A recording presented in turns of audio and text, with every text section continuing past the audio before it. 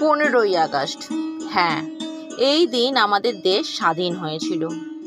আমাদের মুক্তিযোদ্ধাদের অন্যতম প্রধান নেতা মহাত্মা গান্ধী অহিংস, অসহযোগ প্রভৃতি আন্দোলনে নেতৃত্ব দেন।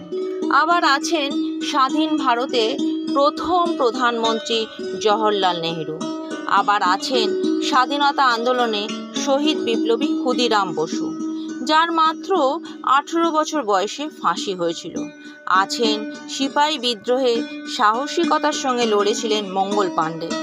আরও যেমন মাতঙ্গিনী হাজরা, সরোজিনী নাইডু, যিনি ভারতের নাইটেঙ্গেল নামে পরিচিত, বাল গঙ্গাধর তিলক, যার বিখ্যাত উক্তি স্বরাজ আমাদের জন্মগত অধিকার। এদিকে নেতাজি সুভাষচন্দ্র বোস, যিনি জয় হিন্দ স্লোগান দিয়ে আজাদ হিন্দ ফৌজে নেতৃত্ব দেন।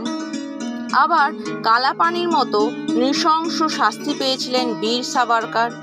এদিকে ভগৎ সিং, চন্দ্রশেখর আজাদ, রাসবিহারী বসু, আরও যেমন সর্দার বল্লভভাই প্যাটেল, লালা লাজপত রায়, আবার অরবিন্দ ঘোষ, যিনি একজন বিপ্লবী ও আধ্যাত্মিক নেতা। আবার ছিলেন ঝাঁসির রানী লক্ষ্মীবাঈ, ব্রিটিশদের বিরুদ্ধে যুদ্ধ করেছিলেন। তাদের সাহস ও অবদান আমরা শ্রদ্ধাভাবে স্মরণ করি। 2025 সালে 15ই আগস্ট 79তম স্বাধীনতা দিবস পালন করতে চলেছি। তাদের আত্মত্যাগ, তাদের বলিদান, তাদের এই দেশ স্বাধীন হওয়ার স্বপ্ন, তাদের এই দৃঢ় শক্তি, তাদের কর্মক্ষমতা আজ আমাদের মাথা উঁচু করে মানুষের শিরদাঁড়া সোজা রেখে জীবনের পথে চলতে শিখিয়েছে।